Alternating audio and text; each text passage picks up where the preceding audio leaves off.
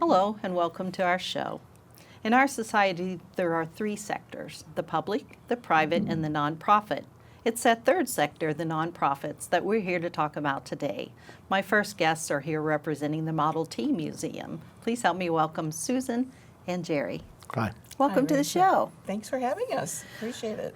Let's start with an overview. We always start with an overview. For folks that are out there and are saying, what's the Model T Museum? I didn't even know we had one. Tell us a little bit about how it got started and why in the world is it in Richmond? Sure, I'd be glad to do that. The Model T Museum first opened in Richmond, actually in Centerville, in 2007, out near where the Warm Glow Candle Factory was. And the centennial event, 100 years of the Model T, was celebrated in Richmond and Wayne County for a week in 2008. And a lot of people remember close to 1,000 Model Ts driving around and lots of people. And then the museum actually moved to Richmond. We're located in the Historic Depot District in 2012. And we continue to operate there. Part of the reason that we are here in Richmond is that we're central to the U.S. We are actually owned and operated by the Model T Ford Club of America, and we have members all over the country and 31 different other countries as well. And so it's very central location, easy to get to, and we bring a lot of people from all over the world, really. You look at our visitor book and you'll see that we bring a lot of people to Richmond, Wayne County. We're really proud of that. Yes. Well, I remember during the centennial, there were people from Australia that brought their cars, and I mean, several different countries. Yes, it was pretty amazing. It really was. And Yes. During that week, we had a real celebration. We had a parade that a lot of people remember that. Either they were in it or they watched along the sidelines through the streets from the fairgrounds, and it was just a memorable event. But we like to say that it's a mutual admiration society between the Model T owners and club members in Richmond. There's not a day goes by that I don't talk to people from our club that they say how much they enjoyed being here and how wonderful the people in Richmond and Wayne County were when they came here. It was pretty special. Well, I know that's when my husband and I first got interested right. in the Model Ts. That's right. And Same with Jerry. Well, that's most of the members in our local club got started because of the centennial. I think if you look back, there was probably only 2 or 3 local members that had cars back then, and we were quite a bit bigger than that, and all of us, it was because of the Model T event that got us excited to do that. And I might want to mention, we have a car right now that's on loan from Australia in our Model T Museum. So it just got here last summer, Right, July. and it'll be here for probably about the rest of this year, maybe. Mm-hmm. So, tell us more about that car. well, I'll let Susan do that. She's, I just know it's from Australia. So, and I rode in it, and it's extremely fast and loud. So, That it is. yes. It's actually the first Australian race car. Oh my goodness. Yeah, it has quite a history. It's a 1921, and was raced for many years by the original owner.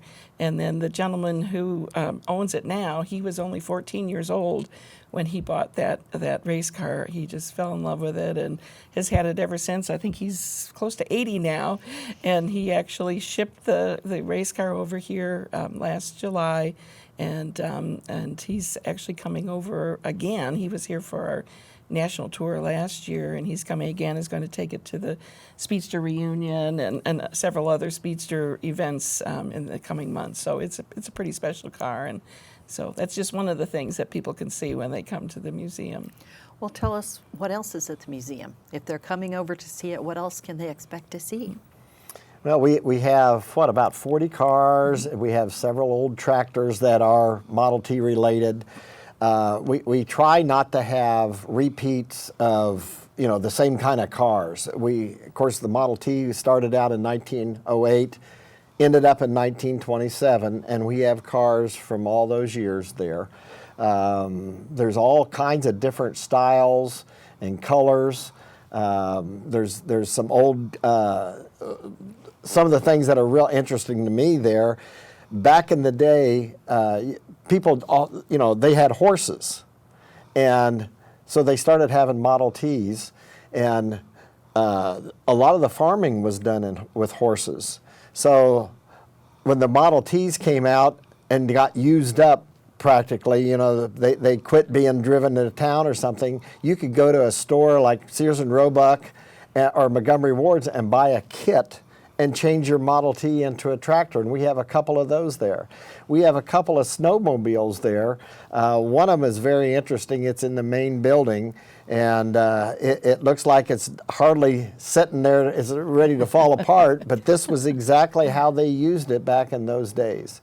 So there's just a lot of different kinds of Model Ts there. We have some that are very expensive, had brass radiators and everything, and some of the real early ones. I think the earliest one we have is number 394, and it's a 1909.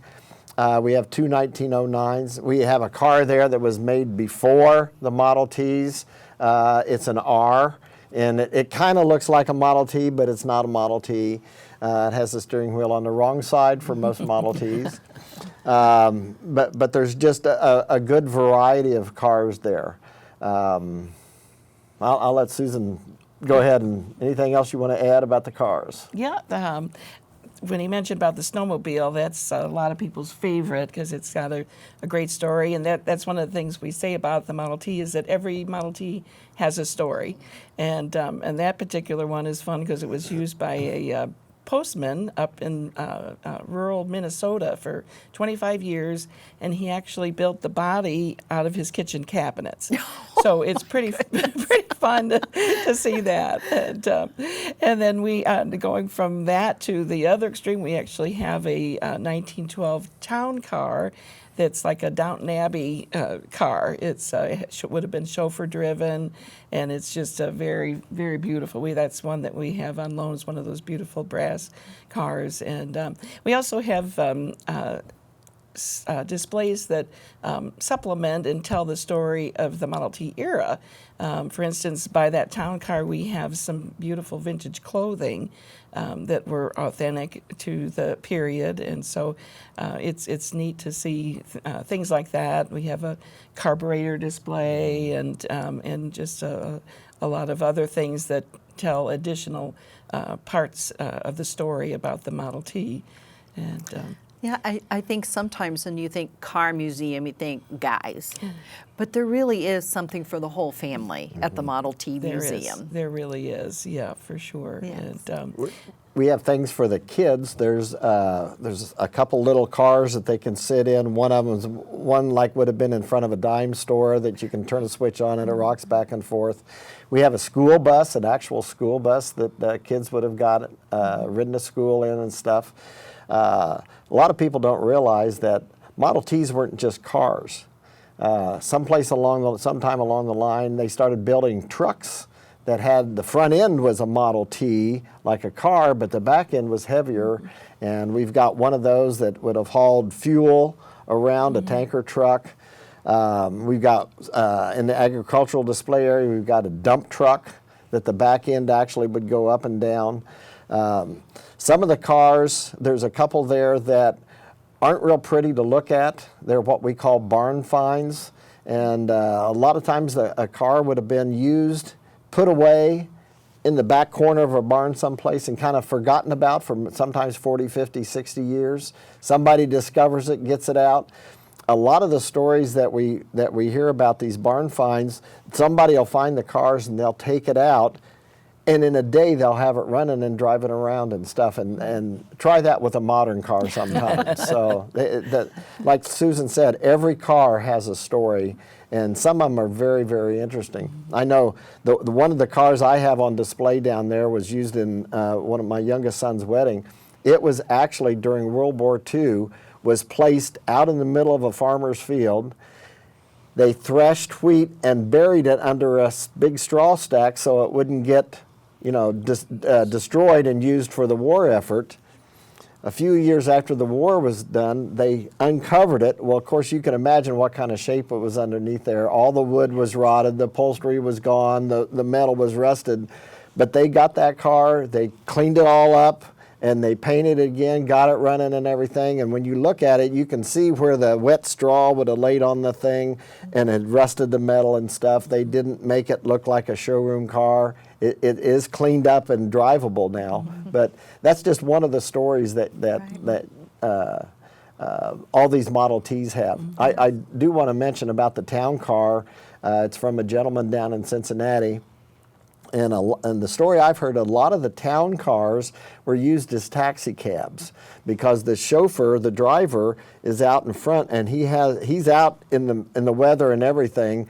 The passengers are back in an enclosed area. It's not a convertible, and they can actually talk to the driver through this little megaphone thing that you talk on, and it's got a bell or like a trumpet thing up here, so the driver can hear what the chauffeur or the driver can hear what the passengers are saying back there. So there's just a lot of neat things there to look at. We also have an airplane that was powered by a Model T. It's called a Pete and Pole. I don't think I'd want to go up in it with a Model T engine in it, but a lot of people did. It was kind of a kit that they put together back in those days. So a lot of neat things people need to come down and look Yes. at. Absolutely. We've got just about 2 minutes left, and I want to make sure that we cover some of the events that are coming up. I know homecoming is coming up. Yep. Tell the folks what it means when we Model T people talk about homecoming. Sure. Homecoming this year is Saturday, June 8th, and we close off all of 8th Street. The museum is at North 8th and D. We close all of 8th Street, and we have a swap meet, car show, we have seminars, we have show and tell, food, there's talks under the tent. It's free admission on that day for the museum. And I should mention we actually have 2 buildings that the museum is housed in. And so it's really a fun day, 8 o'clock to about in the morning, 8 to 4. And we're going to have Model T games this year. I also mentioned now that the weather's getting nice, people that come visit can often get a ride in a Model T. We have a little what's called a depot hack that we give rides in, and so there's just a lot to see and do when you come to the museum, and we hope that you, and we should mention we're open every day except for Monday from 10 in the morning till 5 in the evening, so yeah. Great. I know our time went Rachel. really fast, but if folks want to learn more about the museum, give us the website. The website is mtfca.com, or give us a call at 488-80026. Great. Thanks for being here today. I know there's so much more we could have talked about, but I appreciate just dipping our toe into it, and hopefully folks will go learn more about it on the website and come to visit. Absolutely. Thanks for the opportunity. Thank you, Rachel. You're welcome. We'll be right back with more of the Third Sector.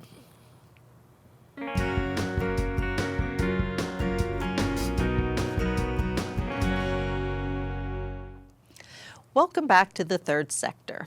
My guest now is here representing the Starr Gennett Foundation. Welcome. Hello, Rachel. Thank you for having me. Well, I'm glad to have you. Tell us who you are, what your role is with the Starr Gennett Foundation, and how long you've been a volunteer there. My name is Tina Conti, and I am currently serving as the president of Starr Gennett Foundation. I have been with the organization since about July 2016. My husband and I moved back to Richmond that summer, and I became involved with Starr Gennett. How did you get involved with Starr Gennett? This is a fun story.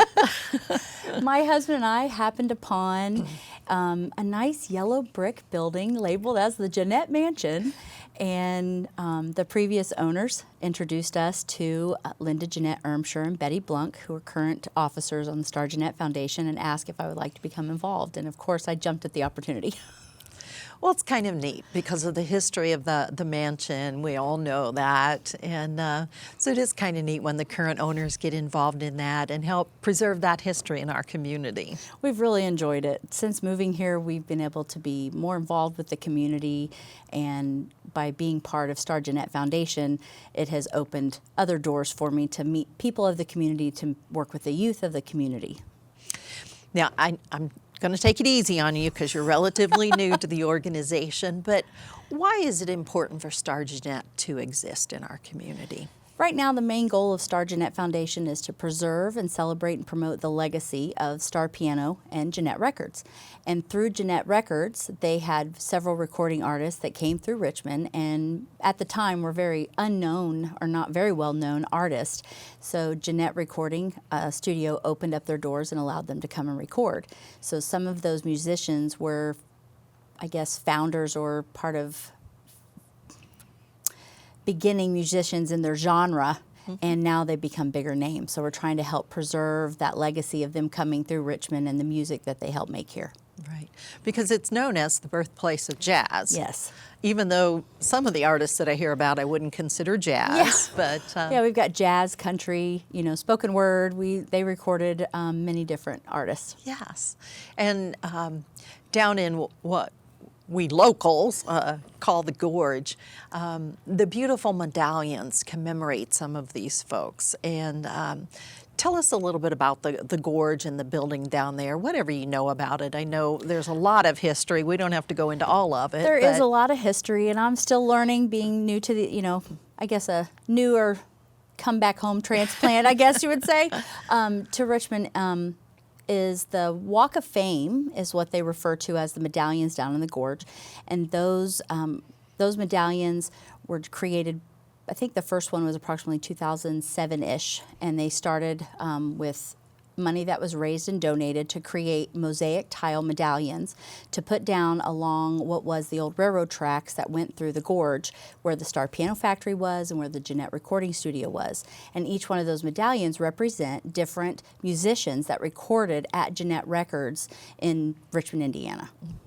It's really amazing if you go down there, just how they have captured those images, and Yes. stunning, just stunning works of art. The artwork that has gone into that and the intricate details of the mosaic tiles are fascinating.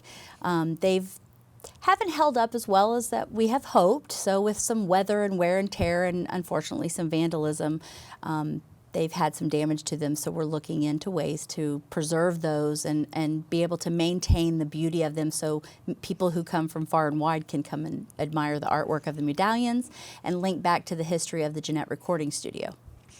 But the building down there is really where this started. Yes. So people wanting to look at the history and kind of touch maybe the history can really go down to that building and stand in the place where this all started, where this happened. That's correct, Rachel. The building that's still standing is where one of the main buildings of the Starr Piano Company, and the recording studio was just along the sidewalk a little bit, but unfortunately the recording studio is no longer there. It was, from my understanding, it was a wooden structure, and they used to stuff straw on the walls and hang tapestries from the walls to dampen the sound of the railroad tracks of the trains passing through. So now you can go down there and you can look up at the building, and they still have the smokestack, which you can see as you're driving over various bridges throughout Richmond, and see the history that's there and the little parrot logo that's still attached to the building. And along with that logo, we have, documentation of what Starr Piano Factory and Jeanette Records were, and we're also working on attaching a new sign with a QR code that's attached on the sign, so people can come down with their smartphones and they can scan the QR code, and that will take them straight to our website, and it will link them to the Walk of Fame and tell about each one of the artists that are represented in the Walk of Fame that we spoke of previously. What a neat project. I've been down there several times, and I will see names, of course, that I recognize, and others that I think, well, who is this? What did they record? Could I hear a piece of music that they performed? So that's a really great idea. And linking with the QR code, it will take you to our website, and you can click on each one of those artists, and it will take you to links of their music, so you can hear bits and pieces or certain tracks of the music by the musicians that are uploaded online. Oh, that's an amazing addition So to you the can park. kind of hear what it used to sound like. Yes. It's not going to sound like what we're used to today, is it? It's not as clear as it is today. They do have digital remastered, recordings, but, some of the younger generations, even including myself, when we hear those old records, it's kind of scratchy sounding, and it just has that feel about, the 20s and the 30s. So being able to hear that type of music, I don't know, to me it just it makes me happy to be able to hear different genres of music from different times, and it helps you appreciate how far our music has come today. Oh, absolutely. Well, let's talk a little bit more about the Starr Gennett Foundation. I know you're governed by a board of directors. You have officers, obviously. Correct. You've got someone that's in the office. What else do you do to promote this history in the community? Do you have events? Do you do community outreach, educational outreach? We are trying all of those. From what I've learned is that Starr Gennett used to have big music celebrations down in the gorge, and those kind of exhausted our funds, and they're kind of expensive to put on. So over the last couple of years, we've been preserving and trying to create, to replenish our funds to be able to find a way to give back to our community. So one of those ways that we give back is through a young musician scholarship program that was just started last year. And we select one young musician in Wayne County from grades 4 through 6. And there's an application, and they have part of the application is to be referred by someone. And that will give them private lessons for the entire year, and will be able to present them with their own instrument to be able to keep. And last year we awarded, one recipient, so we're trying to grow it. And this year we're going to be awarding one. We may be able to award 2. And the young musician that was awarded the scholarship last year is going to be playing at one of our signature events this summer to represent all the work that he's done over the course of this past year with his private tutor and his school lessons, and be able to showcase his talents as a young trumpeter. What a neat idea. You hear about scholarships all the time, but that's a really neat take on it, and especially for a younger musician, to really get them a good start. Yes, we're hoping by reaching out to the community and putting ourselves out there to say, hey, we want to help promote, the legacy of just music in general and young musicians. And it seems like since I was in high school that states have been cutting funding for the arts programs, for a long time. And so this is one way that we can help offset. So if there's a child that really wants to apply and they have someone that can refer them to it and we review it, we would love to give them all a scholarship. If it was up to me, I would give all the children a scholarship and all their own instrument to be able to play. So we're building it, one musician at a time, and hopefully we can award to more every year. Sure. So what other events or outreach are you doing? So another event that I spoke of previously was, we call it Music at the Club. And from my understanding, that started out as a very small event held at the Jeanette Mansion with local musicians that would come and play, and then people would dance, and they would be able to have food and just have a good time. And now it's grown to where we host it at Forest Hills Country Club, and it runs pretty much from May through October, and they can check our website for exact dates and more details. And we have local band come and play, and we highlight local musicians, and people can dance and sing, and a lot of people will come that like to do ballroom dancing. I myself, not a ballroom dancer. I get out there and boogie woogie with some of the little younger kids that come with their grandmothers and their mothers, and just get out there and have a good time. And that's held once a month, and it brings people in from, we have some younger generation. We had some 10 and 12-year-olds that were there with their parents and grandparents, all the way up. You can dance until you can't move, is my, keep going. So that's one of our big events. It's a series of events. And then we're hoping to create the Walk of Fame Festival once again. It's been in the works to bring musicians to Richmond, sponsored by Starr Gennett, and have it down in the Gorge by the Starr Piano Factory building and the Walk of Fame to highlight those musicians. So they can find out more information on our website about that as well. So a little teaser. Yes. Still to come. Still to come. Okay. We're down to about 2 minutes. Okay. What do we need to tell the folks out there that we haven't already covered? Well, that's a tough one. Well, let's talk about funding. Okay. You can't do all of this without funding, That's and I true. know that's always a challenge for nonprofits. So how do you raise money for your events and your scholarships? So right now, the main source of our funding is through private donations and through scholarships, and not scholarships, excuse me, but through grants.